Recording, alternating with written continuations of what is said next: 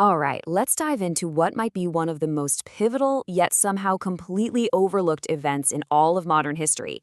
Seriously, we're talking about an event that ripped a whole community apart and, believe it or not, completely changed how we think about comedy. I am, of course, talking about the Great Chicken Debate of 1623. You know the question. It's one of those things that's just always been there. You've heard it a million times, right? Kids say it, philosophers have probably thought about it, but we usually just treat it like a silly, simple little joke. But what if I told you that the real story behind this question, well, it's not simple at all. Yeah, forget the punchline. Because when you actually dig into the history, you find out the truth. The real story behind the world's most famous question isn't a joke, not even close. It's actually a story about a crazy mystery, a town completely divided, and a crisis that pushed a whole community right to the edge. So let's set the scene. The year is 1623. We're in this tiny, quaint little English village called Cluckington. Just picture it. Quiet cobblestone streets, people winning awards for their giant pumpkins, that kind of thing. On the surface, everything looked perfectly peaceful. But you know how these stories go.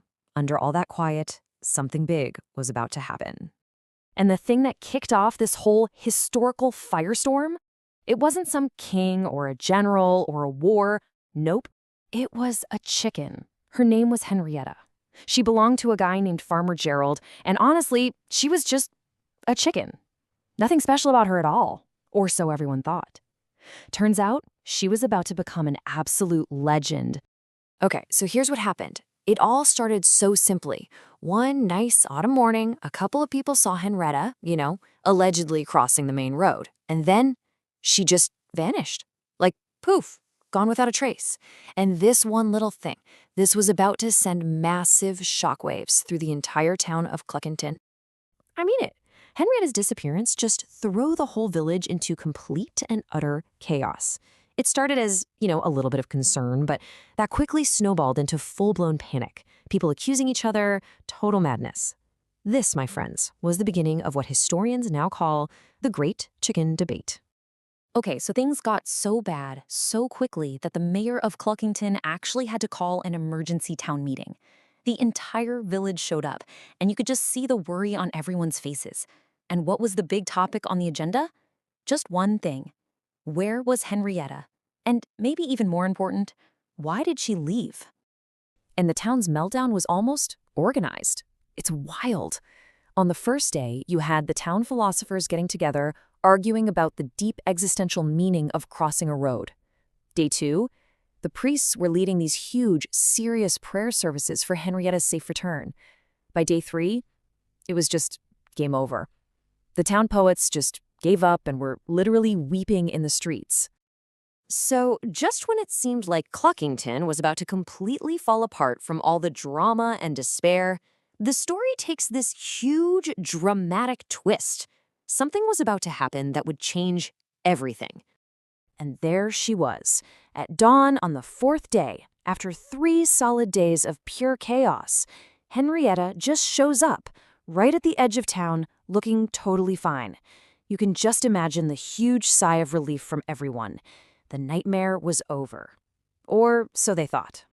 But that feeling of relief, it didn't last long.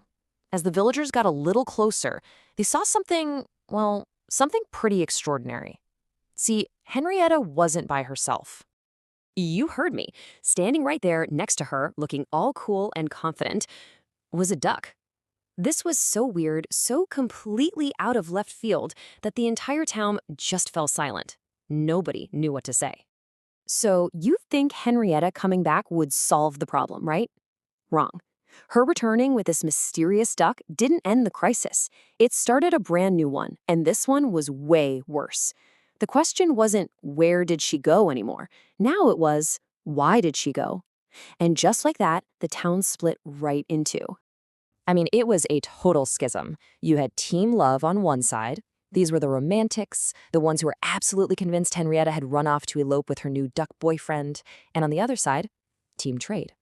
These were the practical folks arguing, no, she was just looking for a better business deal. Better corn on the other side of the road. This debate went on for weeks. It was getting ugly, really threatening to just tear Cluckington apart for good. Everyone knew they had to figure something out. And the way they finally solved it? Well, that's how this little local scandal became a world-famous legend.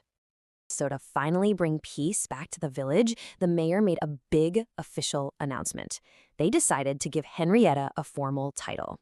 It had to be something that made both sides happy without actually picking a side. So from that day on, she was officially known as Henrietta, the pioneer of poultry independence. I'm not kidding. And to remember this whole crazy mess, to make sure they never forgot how close they came to total collapse, the villagers came up with a saying. It was a simple question they'd ask each other, just to remember those insane few days. And that question was, you guessed it, why did the chicken cross the road? But here's the most important part. It wasn't a joke, not at first. For them, it was like a secret code, a way to remember this really traumatic historical event.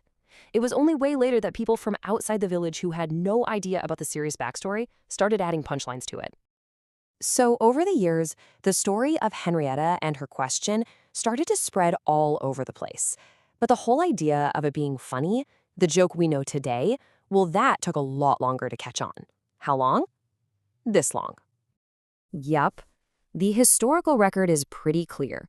The question was born in 1623, but the very first time anyone is on record actually laughing at it, that didn't happen until the 1900s.